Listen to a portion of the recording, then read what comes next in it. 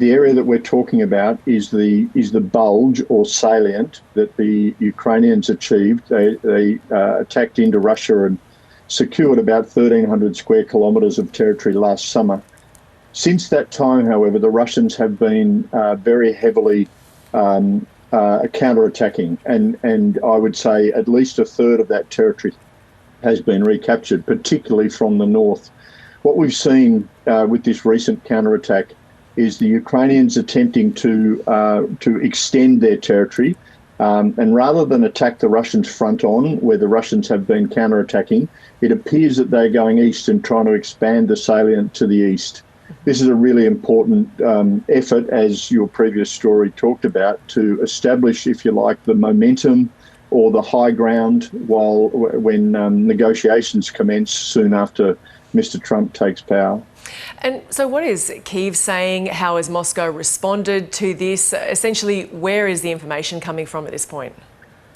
Yeah, well, it's an information war, Gemma. So, I think we've seen Mr. Zelensky has been incredibly effective right from the start of the campaign at using information as a weapon.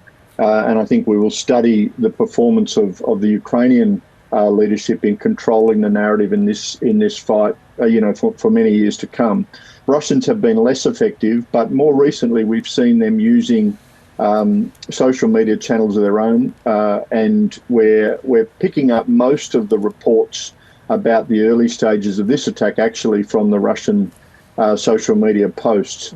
I think, again, the reality of the situation on the ground is the Ukrainians have had a very challenging year, arguably a very bad year of steady losses in the east down near Donbass as the Russians grind away with brutal force.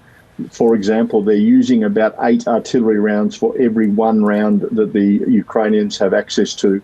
In the face of those sorts of numbers, it's incredibly difficult to defend.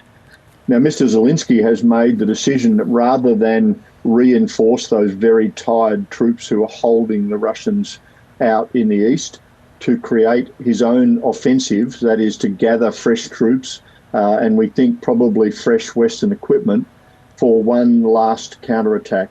We've talked before on your program, Gemma, about the climatic conditions. At the moment, the ground is frozen hard, which makes it a perfect time to use armour to counterattack. So we're seeing reports of Challenger tanks donated by the United Kingdom at the forefront of this attack, as well as other Western armoured vehicles. I think this is Mr. Zelensky's sort of last roll of the dice before the Trump administration takes control.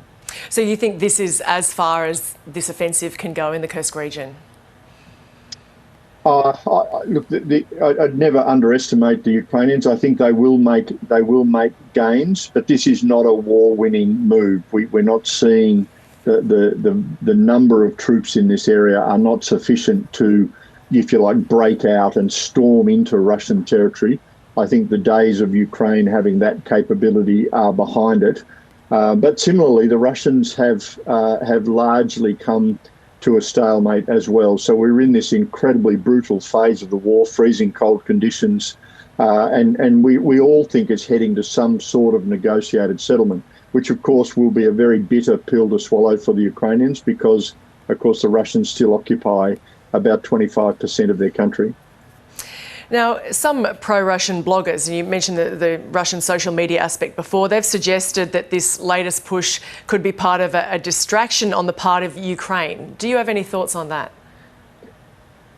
I think there's been a very clever use of deception again. We thought that by this stage of the war that it would be very difficult to achieve surprise because of the prevalence of drones and surveillance footage and other electronic sensors. We thought it would be very difficult to do anything without the other side seeing it. Clearly, the Ukrainians still have the capability to achieve surprise, and as a result, they will make some tactical gains. Now, what happens in situations like this, Gemma, is that the two military commanders are now in a contest of will or confidence. So one of the ways you can respond to an attack like this is to rush your defenders right to the front of it, and try and block it or blunt that attack.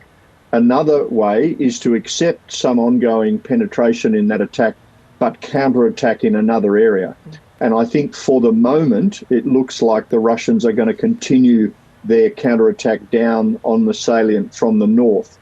Who will blink first and stop and reorientate their defences remains to be seen. But I think it will be very challenging for the Ukrainians to make very significant gains. We're talking, I think, so far of gains probably less than 10 or 20 kilometres. And what do we know of North Korean troop losses in the Kursk region?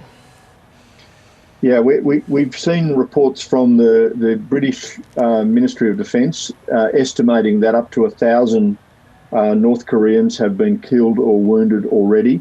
We know, we think about 10,000 North Koreans have entered the fight in this Kursk area. And I say we think because neither the Russians nor the North Koreans have officially acknowledged the presence of North Korean troops. But it is a very challenging time to introduce new troops onto a front line. These are troops that will be not familiar with the conditions. They will have never faced swarming drones.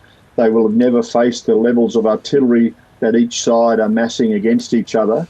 I have read reports that some of the early tactics shown by the North Koreans have been very naive, very old-fashioned, which again suggests that while they might be very fit and disciplined troops, they are not battle-hardened in the way that both the Russians and the Ukrainians are at this stage. This is a terrible time to introduce soldiers like that. And you have to ask the question, were things so desperate on the Russian side that these troops were needed, or is this more a geostrategic statement of support? Whichever it is, for those North Korean soldiers introduced this late into a very bloody and brutal fight, it would not be a pleasant experience. Retired Major-General Gus McLachlan, appreciate your insights. Thank you for joining us. Thank you, Gemma.